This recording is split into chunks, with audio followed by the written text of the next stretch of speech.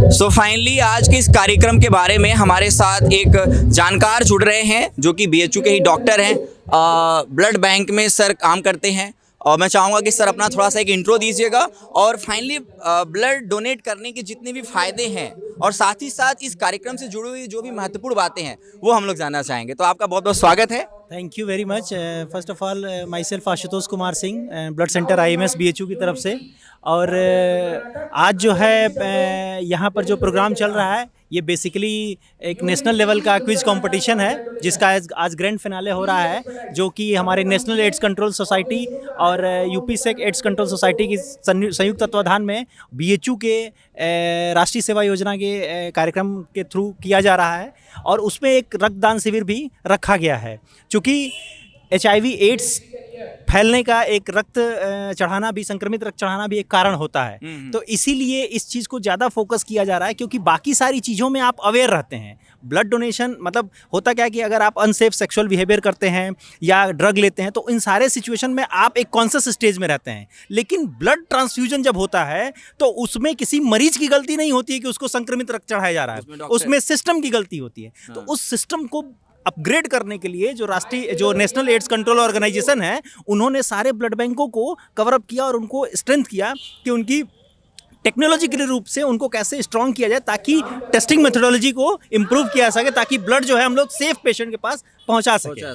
तो इस कड़ी में हम लोग अपने यहाँ पूरे पूर्वांचल का सबसे एडवांस टेस्टिंग नेट टेस्टिंग करते हैं, न्यूक्लिक एम्प्लीफिकेशन टेस्ट, जो सबसे कम समय में HIV के इन्फेक्शन को डिटेक्ट करता है और वो जो है हम लोग सेफ ब्लड जो है मरीजों को पहुंचा पाते हैं। साथ ही साथ सर जब ब्लड डोनेशन की बात आती है तो लोगों में एक डर रहता है कि ब्लड दे देंगे तो वो पतले हो जाएंगे, कमज़ोर हो जाएंगे।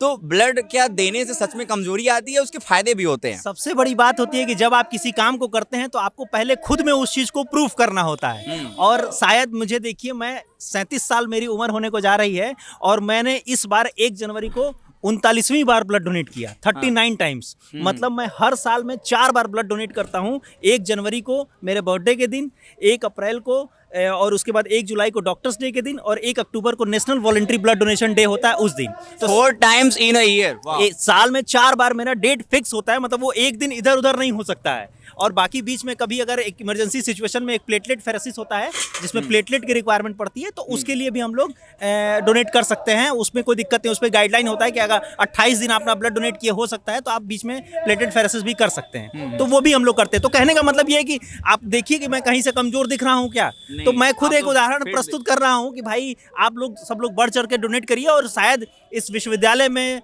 हमारे स्टूडेंट की ही स्ट्रेंथ इतनी है कि हम लोग रेगुलर ब्लड डोनेट कराते हैं, ताकि हम बहुत ज़्यादा थैलेसीमिया, प्लास्टिक एनीमिया, कैंसर के पेशेंट, हीमोफीलिया, बहुत सारे ऐसे मल्टीपल डिसऑर्डर, इवन HIV के पेशेंट जो सोशली रूप से जो कि अनएक्सेप्टेबल हो जाते हैं, समाज से कट जाते हैं, उनको भी ब्लड ट्रांसफ्यूजन की जरूरत पड़ती है। तो उनको भी ब्लड हम लोग प्रोवाइड कराते हैं बिना किसी डोनेशन के। और अल्टीमेटली ये सारी चीज़ें हम तभी कर पाते हैं जब सब लोग ब्लड डोनेट करते हैं। तो इसीलिए आपके माध्यम से मैं समाज में एक अपील भी करना चाहूँगा कि आप सब लोग बढ़ चढ़ के ब्लड डोनेट करिए। ब्लड डोनेट करने से किसी भी प्रकार की कोई भी दिक्कत नहीं होती है, बल्कि और भी जो शरीर के अंदर जो खराब सेल होते हैं वो सारे सेल निकलते हैं और शरीर में एक तरोताजगी बनी रहती है। इसके अलावा जब आप ब्लड डोनेट करते हैं तो ब्लड बैंक उसकी 7 तरीके की टेस्टिंग करता है, जिसमें hepatitis B, hepatitis C, malaria, RPR, HIV, blood group और हीमोग्लोबिन, ये सारे टेस्ट की रिटन रिपोर्ट जो है आपको एक सर्टिफिकेट के माध्यम से दिया जाता है। तो यह माना जाता है कि आप इन सब गंभीर बीमारियों से भी फिट हैं। तो वह एक तरह से आपका मेडिकल फिटनेस भी हो जाता है।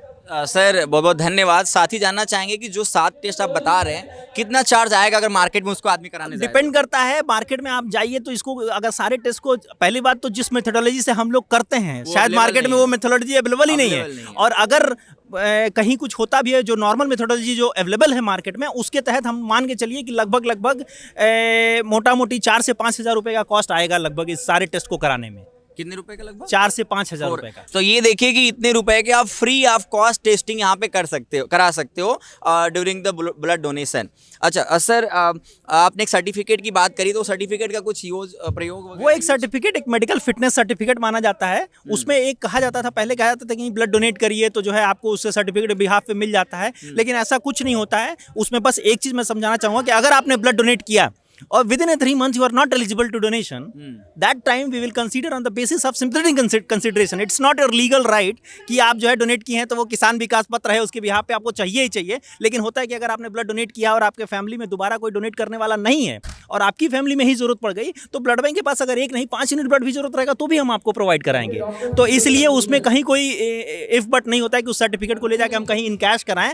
कोशिश ये होनी चाहिए कि अगर आपके पास सर्टिफिकेट नहीं भी और आपको मरीज के ब्लड की जरूरत है, आप ब्लड बैंक में आइए, ब्लड बैंक में उस ग्रुप की अवेलेबिलिटी होगी तो ब्लड बैंक उस ब्लड को आपको प्रोवाइड कराएगा। लेकिन आप 50 तो सर्टिफिकेट लेके आ जाइए, ब्लड बैंक में बी नेगेटिव ब्लड नहीं है और आप हमसे बी नेगेटिव मांगेंगे तो हम नहीं दे पाएंगे। तो इसलिए that is depend upon availability of the stock.